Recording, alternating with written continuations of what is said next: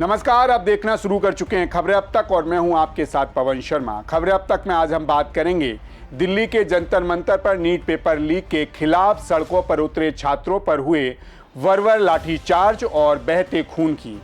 हम बात करेंगे संसद के भीतर मचे उस ऐतिहासिक हंगामे की जिसने मानसून सत्र के कामकाज को पूरी तरह ठप कर दिया है।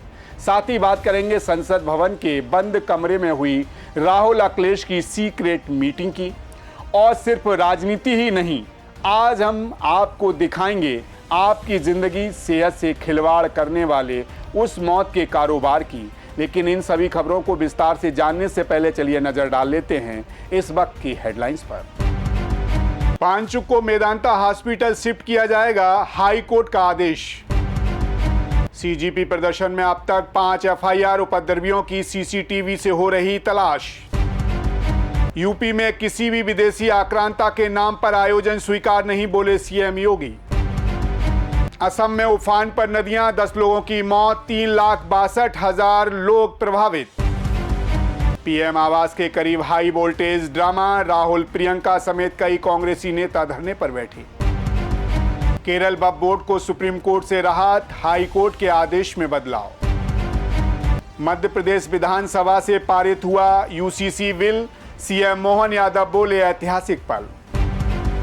आसाराम मामले में सुप्रीम कोर्ट का बड़ा आदेश, एआईआईएमएस निर्देशक को मेडिकल बोर्ड गठित करने के निर्देश। सोने चांदी के दामों में आया उछाल, चांदी 4,700 रुपए उछली, सोना भी 1,600 रुपए हुआ महंगा। शेयर बाजार में बिकवाली, सेंसेक्स 238 अंक लुढ़का, निफ्टी 24,187 पर हुआ बंद। हेडलाइंस के बाद खबरें अब तक में एक बार फिर आपका स्वागत है। तो चलिए शुरू करते हैं खबरों का सिलसिला और सबसे पहले बात करते हैं अपने पहले मुद्दे के बारे में।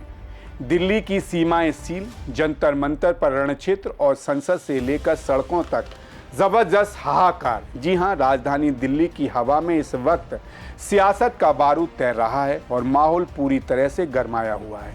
एक तरफ जहां नीट पेपर लीक और शिक्षा मंत्री के इस्तीफे की मांग को लेकर दिल्ली की सड़कों पर उतरे छात्रों पर पुलिस के डंडे बरसे, आंसू गैस के गोले छूटे और खून बहा, वहीं दूसरी तरफ पंजाब हरियाणा की सीमाओं से हजारों किसानों ने दिल्ली फतेह करने के लिए धावा बोल दिया। ऐसे में सवाल है कि क्या दिल्ली एक बार फिर बड़े आंदोलन की गवाह बनने जा रही है? आइए जानते हैं सड़कों से लेकर संसद भवन तक के इस पूरे बवाल की अंदरूनी कहानी। दिल्ली का दिल कहे जाने वाला जंतर मंतर बीते दिन अचानक छावनी और फिर जंग के मैदान में तब्दील हो गया। मामला था मानसून सत्र के पहले दिन कॉकरोच जनता पार्टी का संसद चलो मार्च। प्रतियोगी परीक्षाओं में कथित धांधली, नीट पेपर लीक और केंद्रीय शिक्षा मंत्री धर्मेंद्र प्रधान के तुरंत इस्तीफे की मांग को लेकर हजारों युवा और छात्र सड़कों पर उतरे थे। लेकिन जैसे ही ये भीड़ संसद मार्ग की ओर बढ़ी, दिल्ली पुलिस और अर्धसैनिक बलों ने उन्हें रोकने के लिए बैरिकेड्स लगा दिए। देखते ही देखते शांतिपूर्ण प्रदर्शन हिंसक झड़प में बदल गया। वहीं भीड़ को तितर बितर करने के लिए पुलिस ने हवा में आंसू गैस के गोले दागे और फिर लाठी चार्ज कर दिया, जिसके बाद गुस्साए प्रदर्शनकारियों और उपद्रवियों ने पुलिस की गाड़ियों को निशाना बनाया। रीगल सिनेमा और कनॉट प्लेस के आउटर सर्किल के पास पुलिस की गाड़ियों के सामने के शीशे तोड़ दिए गए और जमकर पथराव भी किया गया।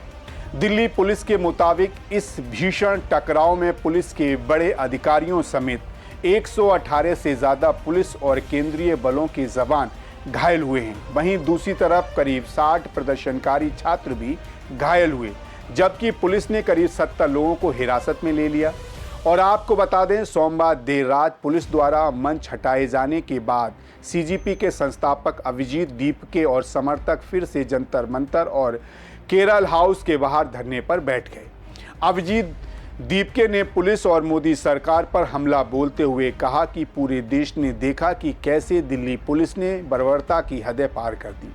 उन्होंने आरोप लगाया 12-12 साल की बच्चियों का सिर फोड़ दिया गया।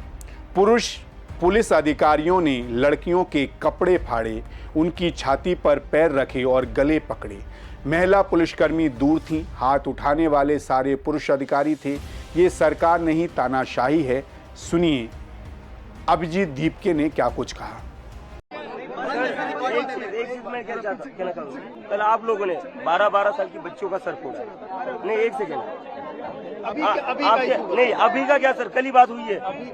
हम भूल जाए वो चीजें।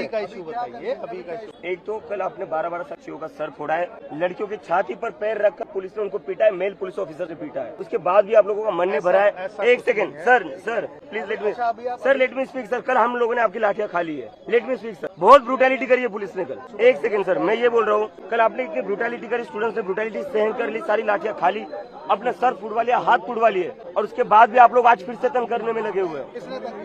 एंट्री पॉइंट्स क्यों बंद कर रखे हैं? बंद क्यों कर रखे थे फिर? कोई बंद नहीं है, कोई बंद नहीं है। लाठियां सुबह भी आप लाठियां चला रहे हो। आप बैठो, आप लोगों का मन नहीं भरा है आप बैठो। और खून बहाना चाहते हो आप स्टूडेंट्स का। ऑफिस में क्या बात करें सर? कल आपने बच्चों को पीटा है, ऑफिस में क्या बात करें सर? सर प्लीज बैठकर बात नहीं होगी सर। अब आप लोगों ने खून बहाया है बच्चों का। अगर कोई कंफ्यूजन, छोटी बच्चों का खून बहाया है आप लोगों ने। कोई मिसकम्युनिकेशन है, मिसकम्युनिकेशन नहीं, सारे वीडियो से कोई रुकावट नहीं है। जंतर मंतर की कोई एंट्री में रुकावट नहीं नीचे। कोई एंट्री अब यहाँ पर लाठीचार्ज नहीं कोई होगा। रुकावट नहीं, आप बैठे हो, हमारे खाने का सामान आएगा, आप इधर आइए, बात करें। खाने का सामान मीडिया के सामने बात होगी। आप लोग कल एक सेकंड, कल रास्ते पर आप लाठियां चला रहे थे सर। अभी के सामने ही बात छोटी बच्चों पर लाठियां चली है। यहीं पे बात कर लो आप। CCTV sir, what was happening yesterday? Media के सामने ही बात होगी, हम बात करते हैं। सर लाठियां सड़कों पर चली है ना। सुबह भी मारा है बच्चों, सुबह भी यहाँ पे लाठी अंदर बात सर, अंदर बात होगी ही नहीं। आप लोग एक मिनट, अभिजीत जी यहाँ पे नहीं रोका जाए, किसी को नहीं रोक रहा है, सबको आने देंगे, सबको आने देंगे। ऐसा है, किसी को नहीं रोका कोई भी जाए। एंट्री एग्जिट पॉइंट बंद नहीं होना चाहिए। ऐसा लग रहा है कंजेशन हो गया यहाँ पे। कोई बंद नहीं हो रहा है। अरे बंद हुए बंद रखिए यार ये देखिए, एक दिन सर आपके ऑफिसर कह रहे मिसकम्युनिकेशन हुआ है, अभी खोल देंगे। भाई ये इसका मतलब सुनो, पहली बात ये क्लियर करते हैं, साइड पे हो जाते हैं, ये खुला रहने देते हैं।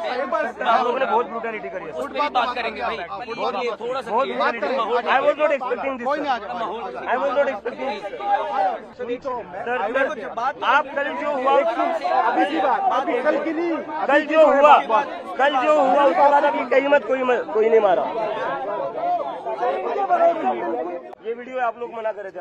ये नहीं सुन तो लो। मैं कोई मेरा पॉइंट है, आप देखोगे, मैं बताया तो रहे हैं, हम बता रहे हैं। पहले ऐसा करते हैं, रोड क्लियर करते हैं, आप इधर आइए, आप रोड को ऑब्स्ट्रक्ट ना करें। सुनिए, आप भी यहाँ इनको कहीं जा नहीं रहे। उन्होंने साफ शब्दों में कह दिया, जब तक धर्मेंद्र प्रधान का इस्तीफा नहीं देते प्रदर्शन खत्म नहीं होगा।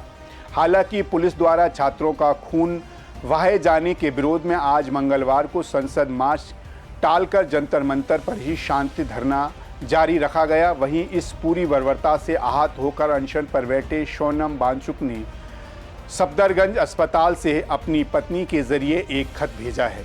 वांगचुक ने ऐलान कर दिया है कि छात्रों पर हुए इस अत्याचार के विरोध में वे अपना अनशन नहीं तोड़ेंगे।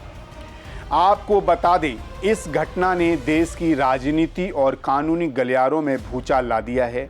दिल्ली के पूर्व सीएम अरविंद केजरीवाल ने इस घटना को बच्चों के साथ हुई बर्बरता करार दिया है। उन्होंने सोशल मीडिया पर हेल्पलाइन नंबर जारी करते हुए कहा कि वे घायल छात्रों को देश की सबसे बेहतरीन लीगल और मेडिकल टीम मुफ्त में मुहैया कराएंगे। छात्रों के लिए वीडियो जारी करते हुए केजरीवाल ने क्या कुछ कहा, आइए आपको सुनाते हैं।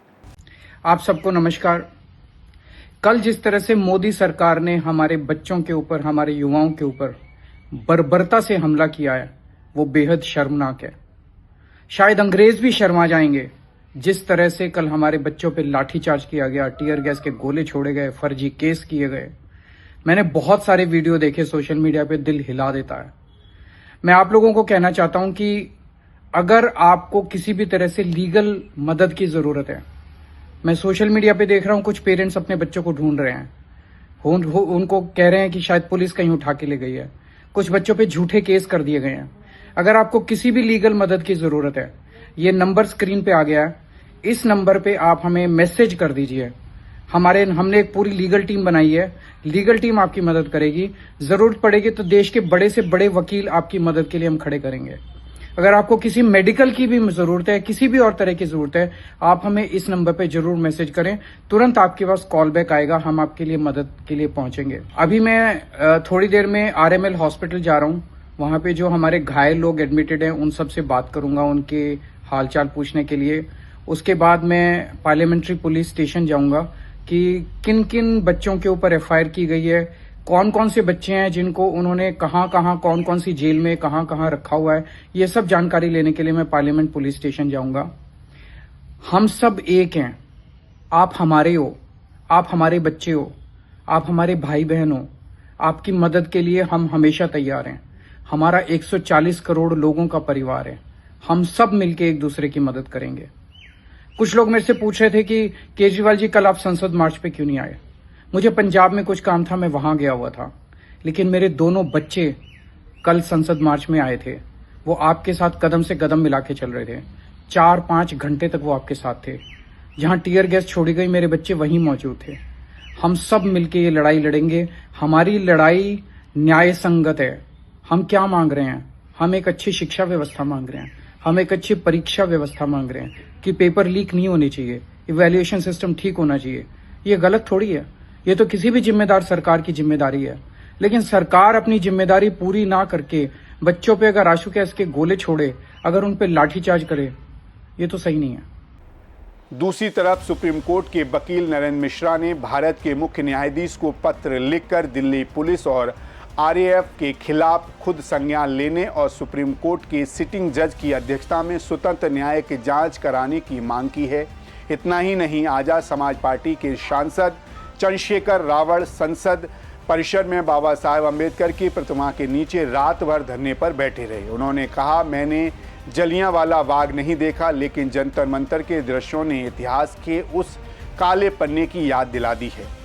आपको बता दें, दिल्ली अभी जंतर मंतर के बवाल से उभर ही नहीं पाया था कि पंजाब और हरियाणा से किसानों के जत्थे दिल्ली की तरफ बढ़ने लगे। जी हां, इसकी वजह से भारत और अमेरिका के बीच प्रस्तावित फ्री ट्रेड एग्रीमेंट का विरोध देश बचाओ मोर्चा के बैनर तले किसान अमृतसर और गुरदासपुर से शंभू बॉर्डर की तरफ कूच कर रहे हैं। किसानों का मानना है कि अगर ये ट्रेड डील लागू हुई तो अमेरिका के सस्ते कृषि उत्पाद भारतीय बाजार में आ जाएंगे, जिससे देसी खेती, डेयरी उद्योग और गांव के छोटे किसानों की रोजी रोटी पूरी तरह बर्बाद हो जाएगी।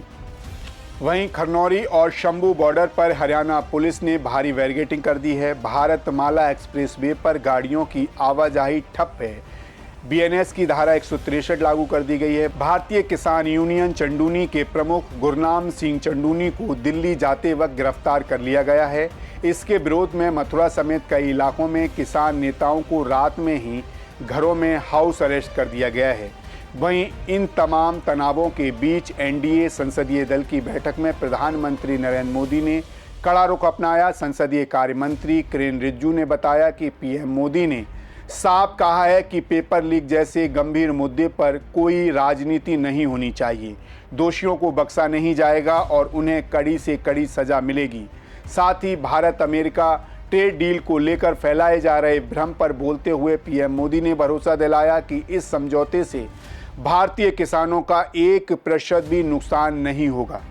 देखा जाए तो इस वक्त देश की राजधानी दिल्ली चारों तरफ से मांगों, नारों और सुरक्षा बलों के नाकेबंदी से घिरी हुई है। एक तरफ भविष्य की तलाश में सड़कों पर लहूलुहान होते छात्र हैं, तो दूसरी तरफ अपनी जमीनों और फसल की हिफाजत के लिए सीमाओं पर डटे अन्नदाता। पुलिस की लाठियां और आंसू के बीच सियासत का पारा अपने चरम पर है। अब देखना ये दिलचस्प होगा कि क्या सरकार बातचीत का रास्ता निकालकर इस सुलगती हुई दिल्ली को शांत कर पाती है, या फिर यह आंदोलन और ज़्यादा उग्र रूप अख्तियार करेगा। खैर, इसी के साथ खबरें अब तक में बढ़ लेते हैं अगले मुद्दे की तरफ। देश की राजधानी दिल्ली में इस वक्त सियासी भूचाल आ चुका है। मानसून सत्र का आगाज होते ही संसद के अंदर और बाहर ऐसा बवंडर उठा कि पूरी केंद्र सरकार हिल गई। नीट पेपर लीक का मामला और जंतर मंतर पर छात्रों पर हुआ पुलिसिया एक्शन अब देश का सबसे गर्म मुद्दा बन चुका है। संसद भवन के भीतर जहां विपक्ष के लगातार और प्रचंड हंगामे के चलते लोकसभा और राज्यसभा की कार्रवाई पूरी तरह से पटरी से उतर गई है। वहीं संसद परिसर के बाहर जंतर मंतर पर छात्रों की चीखें और लाठियों की गूंज सुनाई दे रही है। इसी बीच एनडीए की मंगल मिलन बैठक में प्रधानमंत्री नरेंद्र मोदी ने पेपर लीक के माफियों को लेकर ऐसा कड़ा रुख अपनाया जिसने पूरी सियासत में तहलका मचा दिया है। संसद से लेकर सड़कों के संग्राम तक और पक्ष विपक्ष की इस जबरदस्त भिड़ंत की सनसनीखेज डिटेल आई है। आपको बता दें, मानसून सत्र के पहले ही दिन ही संसद में कामकाज पूरी तरह से ठप हो गया। लोकसभा की कार्रवाई सुबह 11 बजे से जैसे ही शुरू हुई, विपक्षी सांसदों ने छात्रों के साथ न्याय करो और शिक्षा मंत्री धर्मेंद्र प्रधान के इस्तीफे के नारे लगाते हुए संसद में धावा बोल दिया। स्पीकर ओम बिरला ने बार बार सांसदों से अपनी सीटों पर लौटने की अपील की, लेकिन गुस्सा शांत नहीं हुआ। नौबत यह आई कि पहले दिन लोकसभा को 1-2 बार नहीं बल्कि पूरे 6 बार स्थगित करना पड़ा और आखिरकार दोपहर 3 बजे कार्रवाई पूरे दिन के लिए समाप्त कर दी गई। यही हाल मानसून सत्र के आज दूसरे दिन भी देखने को मिला, जहां संसद शुरू होते ही विपक्ष ने हमलावर हो गया और कार्रवाई का रिपीट टेलीकास्ट देखने को मिला। विपक्षी शोर शराबे के कारण दूसरे दिन भी संसद को तुरंत स्थगित करना पड़ा। उधर राज्यसभा में विपक्ष के नेता मल्लिकार्जुन खड़गे ने मोर्चा संभालते हुए सीधे सरकार को कटघरे में खड़ा कर दिया। उन्होंने भरे सदन में गरजते हुए कहा कि लाखों युवाओं के भविष्य के साथ खिलवाड़ हो रहा है और जंतर मंतर पर अपनी जायज मांगों के लिए प्रदर्शन कर रहे मासूम छात्रों पर पुलिस बेरहमी से लाठियां बरसा रही है। राज्यसभा में भी अयोध्या के राम मंदिर में कथित दान घोटाले और छात्रों के उत्पीड़न पर ऐसा हंगामा हुआ कि उपसभापति हरिवंश की तमाम अपीलों के बावजूद सदन को 5 बार स्थगित करने के बाद पूरे दिन के लिए बंद करना पड़ा। सुनिए खड़गे ने सदन में क्या कुछ कहा। I am thankful to you. You have given me an opportunity to put forth my views about this paper leak and NEET examination घोटाला and no चंदा चोरी तो है ही है, सब उसके समर्थक उधर बैठे हैं, लेकिन सर ये स्टूडेंट का मामला है, ये स्टूडेंट का मामला है जो लाखों बच्चों की जो भविष्य है उनके भविष्य के बारे में मैं बात कर रहा हूं और उसके लिए आज यहाँ जंतर मंतर पे हजारों बच्चे वहां पर आए हैं, वहां लाठी चार्ज हो गया है, गवर्नमेंट मारने की कोशिश कर रही है, गवर्नमेंट दबाने की कोशिश कर रही है, गवर्नमेंट निकलने की कोशिश कर रही है और वहीं दूसरी तरफ संसद में मचे इस भयंकर गदर और नारेबाजी के बीच ही केंद्रीय कानून मंत्री अर्जुन राम मेघवाल ने सुप्रीम कोर्ट में जजों की संख्या 34 से बढ़ाकर 38 करने वाला अहम विधेयक सदन के पटल पर पेश कर दिया। हालांकि भारी शोर शराबे की वजह से वंदे मातरम के अपमान को दंडनीय अपराध बनाने वाला प्रस्तावित विधेयक राज्यसभा में पेश नहीं हो सका। इस बीच संसद भवन के बाहर का माहौल बेहद तनावपूर्ण हो गया था। हजारों प्रदर्शनकारियों ने संसद की ओर बढ़ने की कोशिश की, जिन्हें पुलिस ने लोहे के बैरिकेडिंग लगाकर रोका। जब भीड़ बेकाबू होने लगी तो सुरक्षा बलों ने लाठीचार्ज करना पड़ा और हवा में आंसू गैस के गोले छोड़ने पड़े। एहतियातन के तौर पर संसद के कई प्रवेश द्वारों को बंद करना पड़ा। वहीं संसद के बाहर बने इस जंग जैसे माहौल पर भारतीय जनता पार्टी के सांसद कंगना रनौत का बड़ा बयान सामने आया है। कंगना ने अपना डर बयान करते हुए कहा कि प्रदर्शनकारी के दौरान संसद के भीतर मौजूद तमाम सांसद बुरी तरह सहमे और चिंतित थे। कंगना ने दिल्ली पुलिस की पीठ थपथपाते हुए कहा कि पुलिसकर्मियों ने ढाल बनकर संसद और सांसदों की सुरक्षा की, संयम दिखाता है और स्थिति को पूरी तरह नियंत्रण में रखा। आपको बता दें, सड़क के संग्राम में समाजवादी पार्टी पूरी ताकत के साथ छात्रों की ढाल बनकर खड़ी हो गई। जहां संसद के अंदर सपा प्रमुख अखिलेश यादव सरकार पर लगातार तीखे बार चला रहे थे, वहीं उनकी पत्नी और सांसद डिंपल यादव पूरी ब्रिगेड के साथ जंतर मंतर पर सड़कों पर उतर गईं। डिंपल यादव के साथ सपा सांसद इकरान हसन प्रिया सरोज, रुचि वीरा और धर्मेंद्र यादव जैसे दिग्गजों ने छात्रों के साथ कंधे से कंधा मिलाकर प्रदर्शन किया। जंतर मंतर पर डिंपल यादव के तेवर काफ़ी आक्रामक दिखाई दिए। वो पुलिस बैरिकेड पर तैनात अधिकारियों से सीधे भिड़ गईं और उनकी तीखी बहस हुई। घायल छात्र छात्राओं की मदद करते हुए डिंपल ने इस दिन को भारतीय लोकतंत्र का काला दिन करार दिया। उन्होंने आरोप लगाया कि पुलिस ने बर्बरता की सारी हदें पार कर दी, बेटियों के साथ अभद्रता की गई और उनके कपड़े तक फाड़ दिए गए। वहीं इस पूरे प्रोटेस्ट के दौरान कांग्रेस पार्टी का रवैया काफ़ी सुस्त और लचर नजर आया। जब राहुल गांधी से जंतर मंतर पर छात्रों के आंदोलन और लाठीचार्ज को लेकर सवाल पूछा गया तो वे बिना कुछ बोले चुपचाप आगे निकल गए, जिससे मीडिया और राजनीतिक गलियारों में सवाल उठने लगे। प्रियंका गांधी ने भी सिर्फ इतना ही कहा कि ये हमारे बच्चे हैं, सरकार को बात करनी चाहिए और सुनना भी चाहिए। हालांकि मल्लिकार्जुन खड़गे ने राज्यसभा में और देर शाम राहुल गांधी ने सोशल मीडिया पर सरकार पर निशाना साधकर भरपाई करने की कोशिश जरूर की। This country has a majority of young people. Prime Minister Modi is the most anti-youth Prime Minister India has ever had. The boys and girls who are walking the streets of Delhi are not criminals. They are demanding their rights. Their rights are to have an education system that respects them, to have an education system that is fair, to have an education system that is working.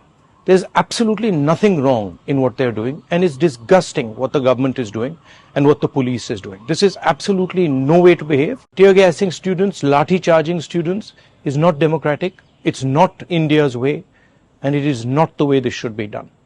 They have legitimate demands. The Prime Minister should accept these demands and do something about it.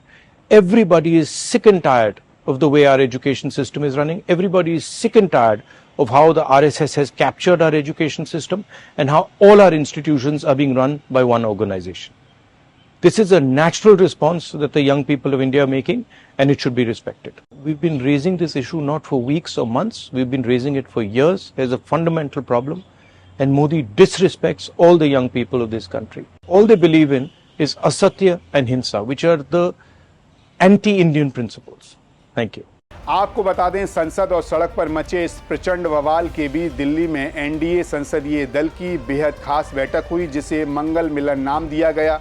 इस बैठक में प्रधानमंत्री नरेंद्र मोदी ने NEET paper leak छात्रों के गुस्से पर सीधे और कड़े शब्दों में अपनी बात रखी। संसदीय कार्य मंत्री किरेन रिजिजू ने बैठक की इनसाइड डिटेल देते हुए बताया कि पीएम मोदी ने लगभग 5 मिनट तक पेपर लीक के गंभीर मुद्दे पर बात की। पीएम मोदी ने साफ साफ कहा कि केंद्र सरकार इस मुश्किल घड़ी में पूरी मजबूती से देश के छात्रों के साथ खड़ी है। पीएम ने बताया, जैसे ही पेपर लीक की खबर आई, सरकार ने तुरंत एक्शन लेते हुए 13 आरोपियों को गिरफ्तार कर जेल भेजा। छात्रों का साल खराब ना हो, इसीलिए बिना देरी के नीट परीक्षा कराकर तुरंत नतीजे घोषित किए गए। पीएम ने ऐलान किया कि देश के सबसे बड़े और शीर्ष वकीलों की मदद लेकर इन पेपर लीक माफियाओं को ऐसी सख्त से सख्त और मिसाइली सजा दिलाई जाएगी कि भविष्य में कोई भी युवा के कैरियर के साथ खिलवाड़ करने की हिम्मत न जुटा सके। देखा जाए तो दिल्ली के दिल में लगी ये सियासी आग अब इतनी आसानी से बुझने वाली नहीं। एक तरफ नीट धांधली के खिलाफ न्याय की गुहार लगाते लहूलुहान होते छात्र और सड़कों पर पुलिसिया बैरिकेडिंग से भिड़ती डिंपल यादव, अखिलेश यादव की सपा ब्रिगेड, तो दूसरी तरफ संसद के भीतर मेज थपथपाता विपक्ष और माफियों की रूह कपा देने वाली सजा का ऐलान करते प्रधानमंत्री नरेंद्र मोदी। जंतर मंतर पर बिछा ये बारूद और संसद के गलियारों में मचा ये ऐतिहासिक गदर ये साफ बता रहा है कि बात अब सिर्फ परीक्षा की नहीं, बल्कि देश के करोड़ों युवाओं के हक और हुकूमत की साख बन चुकी है।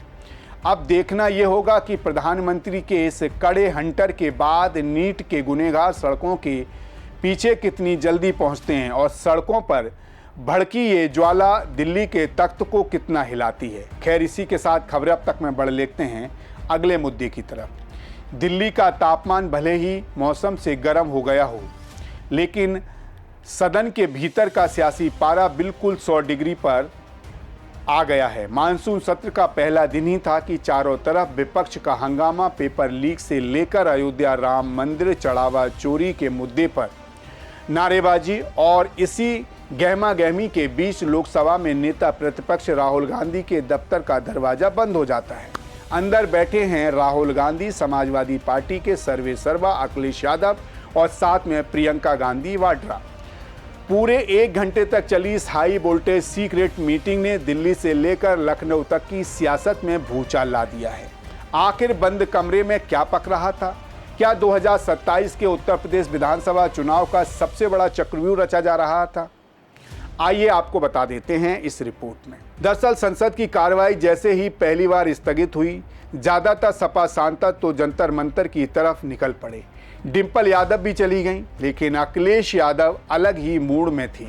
वो अपने 2-3 खास सांसदों को लेकर सीधे राहुल गांधी के कमरे में दाखिल होते हैं। इसके साथ अयोध्या के सपा सांसद अवधेश प्रसाद भी साथ थे। लेकिन असली ट्विस्ट देखिए, मीटिंग के मुख्य दौर में सिर्फ 3 ही लोग थे, राहुल, अखिलेश और प्रियंका। अवधेश प्रसाद बाहर ही रहे।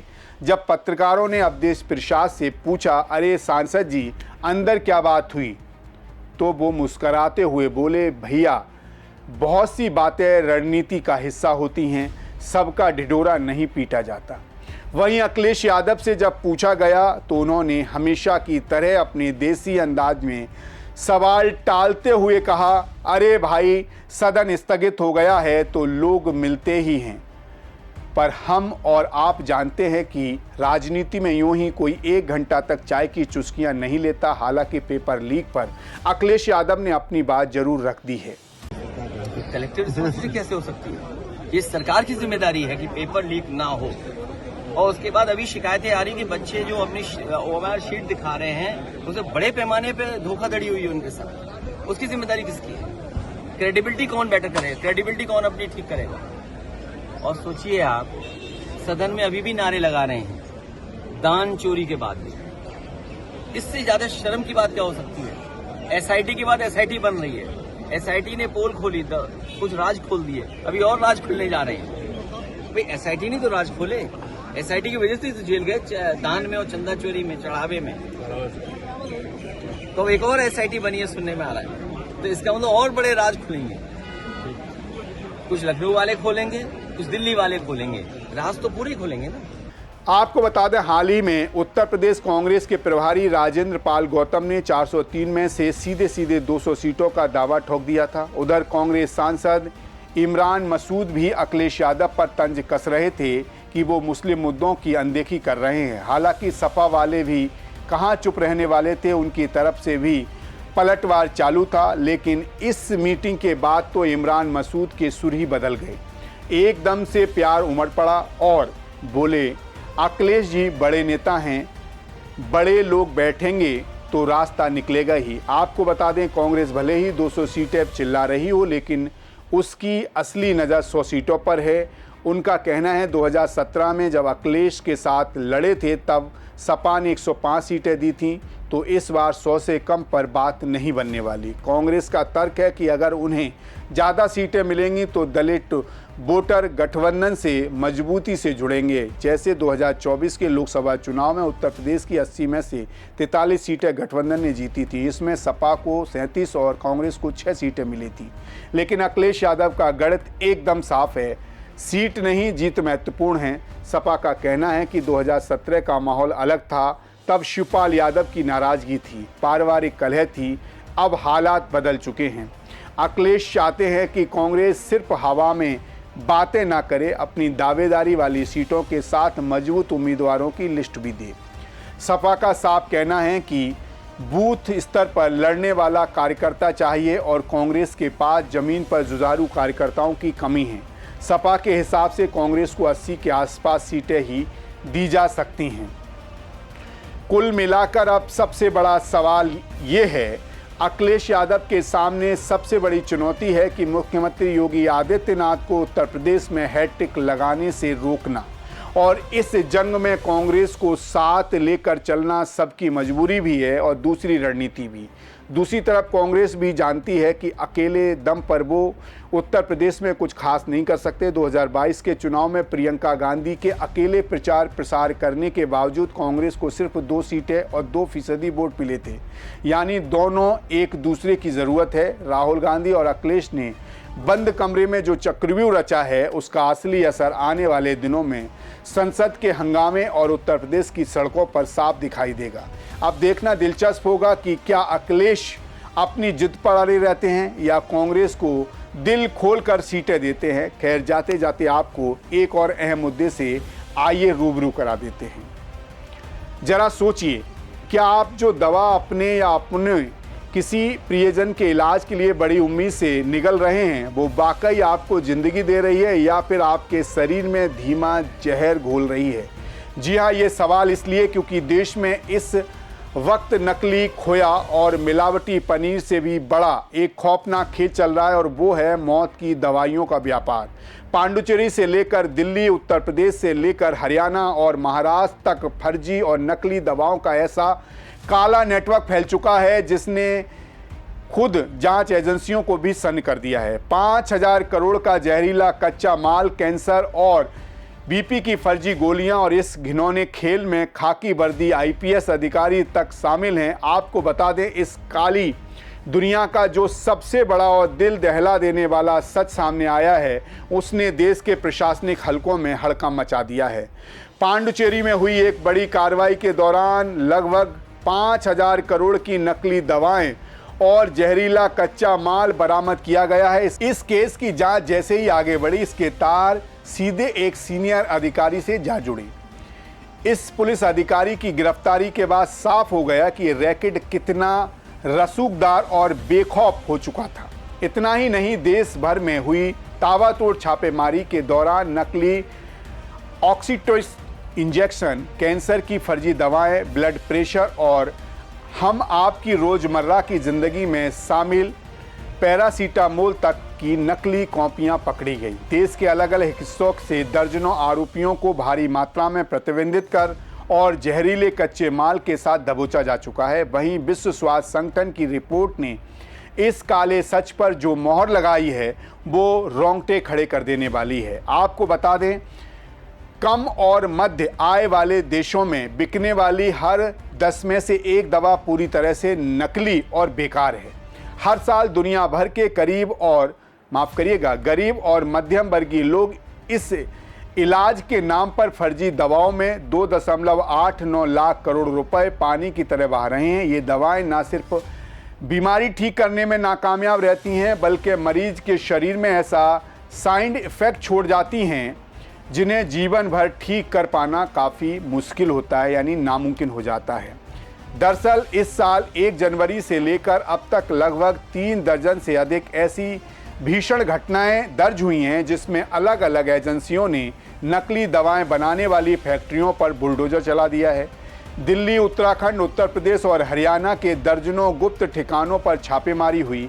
अब तक 75 से ज़्यादा शातिर अपराधी दबोचे जा चुके हैं और दर्जनों एफआईआर दर्ज हो चुकी है। सबसे हैरान करने वाली बात यह है कि ये दरिंदे साधारण सिरदर्द, बुखार की पैरासीटामोल से लेकर रेवजिन, anti syrup, life saving drugs और कैंसर तक की नकली दवाएं बनाकर बाजारों में खपा रहे हैं।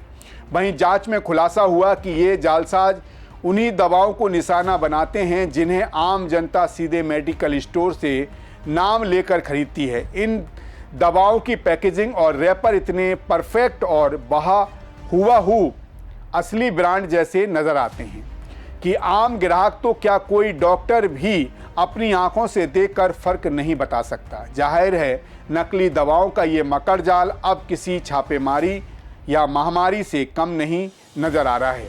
आपकी एक छोटी सी लापरवाही या सिर्फ डिब्बे का रंग देखकर दवा खरीद लेना आपके अपने किसी की जान पर भारी पड़ सकता है। जब तक प्रशासन इन भ्रष्ट अफसरों और जहरीले धंधेबाजों को नहीं पकड़ता तब तक आपको और हमें ही सावधान रहना होगा। कोई भी दवा खरीदने से पहले उसका बैच नंबर, बारकोड और ऑथेंटिक केमिस्ट की जांच जरूर करें।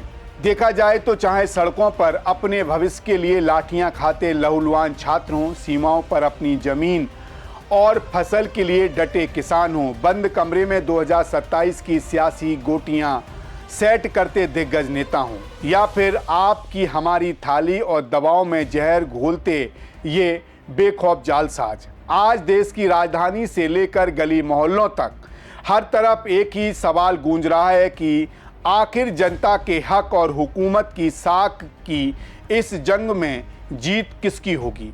क्या सरकार छात्रों और किसानों के इस दहकते गुस्से को शांत कर पाएगी, या राहुल और अखिलेश की ये जुगलबंदी उत्तर प्रदेश के तख्त को हिला पाएगी?